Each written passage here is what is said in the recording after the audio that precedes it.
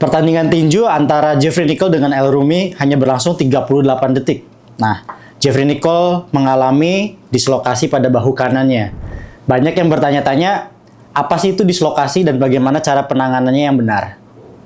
Hai, saya Dr. Benedictus Deriano, spesialis ortopedi dan traumatologi dengan sertifikasi AIVOCA. Dalam video kali ini, saya akan membedah mengenai dislokasi bahu, mulai dari penyebab, penanganan, dan juga pencegahan agar tidak berulang.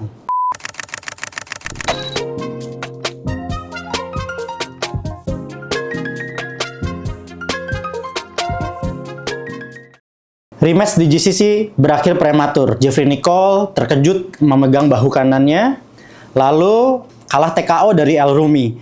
Wasit menghentikan pertandingan, dan Jeffrey Nicol meminta maaf untuk kekalahannya dan mengatakan sendi bahunya terlepas ya. Jadi dalam medis itulah yang disebut sebagai dislokasi. Bahu merupakan sebuah sendi yang berbentuk ball and socket atau bola dan soketnya dengan soket yang datar. Keunggulannya adalah mobilitas yang tinggi, bisa menjangkau rentang gerak ke segala arah, tapi memiliki kekurangan yaitu tidak stabil. Dislokasi sendiri itu terjadi saat sendi tersebut bergeser atau bola tersebut keluar dari soketnya. Pada umumnya biasanya bergeser atau terlepas ke arah depan walaupun bisa juga ke arah belakang atau ke arah bawah. Dalam tinju, biasanya saat bahu menerima pukulan atau benturan atau saat melakukan rotasi yang berlebihan, dan dalam fase throwing atau fase reach out yang overreach biasanya sendi dapat terlepas. Sendi dapat terlepas biasanya disertai dengan adanya kerusakan ligamen, labrum, dan kerobekan otot. Biasanya atlet terlatih pun bisa mengalami kerusakan pada otot dan ligamen yang menyebabkan terjadinya dislokasi. Gejala dislokasi bahu biasanya mulai dari nyeri hebat, tidak bisa menggerakkan sendi, juga adanya perubahan bentuk pada sendi bahu yang biasanya bulat menjadi cekung atau kita sebut sebagai square shoulder, dan juga adanya biasanya rasa kebas pada area bahu yang kita sebut sebagai batch anesthesia. Pada pemeriksaannya dibutuhkan pemeriksaan fisik dan juga pemeriksaan radiografi. Kita bisa melakukan ronsen untuk melihat apakah ada patah atau hanya murni dislokasi. Dan jika diperlukan, kita bisa melakukan pemeriksaan MRI untuk dapat menilai jaringan lunak di sekitarnya seperti otot, ada labrum, ada ligamen yang mungkin saja ikut cedera saat terjadinya dislokasi tersebut. Jangan coba-coba untuk memasangkan sendi kembali tanpa teknik yang benar ya. Jadi jika mengalami dislokasi, segera bawa ke IGD. Biasanya dokter akan melakukan sedasi atau bius supaya kondisi tubuh rileks dan dapat dilakukan pengembalian sendi ke tempatnya secara optimal dan secara tidak traumatis agar tidak menyebabkan kerusakan jaringan lebih parah lagi. Setelah dilakukan reposisi atau pengembalian sendi ke tempatnya, biasanya pasien dapat menggunakan sling atau brace agar mengimobilisasi sendi yang terkena dalam jangka waktu tertentu. Imobilisasi ini penting sekali agar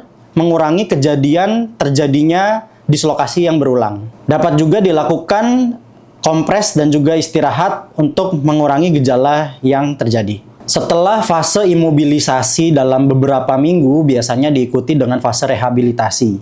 Fase rehabilitasi ini bisa dilakukan mulai dari latihan rentang gerak atau range of motion, lalu diikuti juga dengan penguatan otot-otot stabilisator, yaitu rotator cuff dan juga otot-otot deltoid. Dan dilanjutkan dengan latihan proprioseptif sendi atau keseimbangan sendi, di mana keseluruhan fase rehabilitasi ini sangat menentukan terhadap angka kejadian dislokasi yang berulang. Proses ini bisa memakan waktu berbulan-bulan, tapi memang penting untuk mencegah kekambuhan. Jika tidak ditangani dengan benar, dislokasi dapat menyebabkan kerusakan saraf, otot, tendon, dan ligamen. Bahkan hal ini bisa menyebabkan instabilitas sendi yang menyebabkan dislokasi berulang yang kita sebut sebagai habitual dislocation. Komplikasi serius bisa muncul jika tidak ditangani, di antaranya ada Bankart lesion. Bankart lesion merupakan suatu robekan pada labrum ya, dan ini bisa menimbulkan dislokasi berulang. Yang kedua adalah Hill-Sachs lesion. Hill-Sachs lesion adalah sebuah lesi atau hilangnya bagian tulang pada tulang humerus yang menyebabkan sendi menjadi unstable dan lebih mudah terjadinya dislokasi. Resiko kerusakan saraf aksilaris dan juga tendon dan juga otot itu dapat semakin meningkat. Pencegahan yang efektif dapat mencakup latihan, terutama melatih otot-otot dynamic stabilisator seperti otot rotator cuff dan juga otot deltoid, melakukan peregangan dan pemanasan sebelum dan sesudah olahraga, dan yang ketiga melakukan atau mempelajari teknik gerakan yang baik dan benar. Yang keempat, dapat menggunakan alat bantu penyangga atau brace sebagai fase awal pemulihan atau saat mulai bertanding untuk menghindari terjadinya rotasi yang berlebihan dan memicu dislokasi ulang. Yang kelima, jika saat latihan atau bertanding terasa adanya nyeri, silakan hentikan dan lakukan istirahat. Yang keenam, sebelum mulai beraktivitas olahraga kembali atau bertanding, konsultasikan dengan fisioterapis atau juga dengan pelatih kamu. Kejadian pada Jeffrey Nicole mengingatkan bahwa cedera bisa datang tiba-tiba, tapi penanganan yang tepat bisa membuat beda. Kenali gejalanya, tangani, rehabilitasi, dan gunakan alat penyangga jika perlu. Bila video ini informatif, jangan lupa like, share, dan subscribe untuk video edukasi medis tentang tulang dan sendi lainnya dari ahlinya. Salam sehat, sampai jumpa.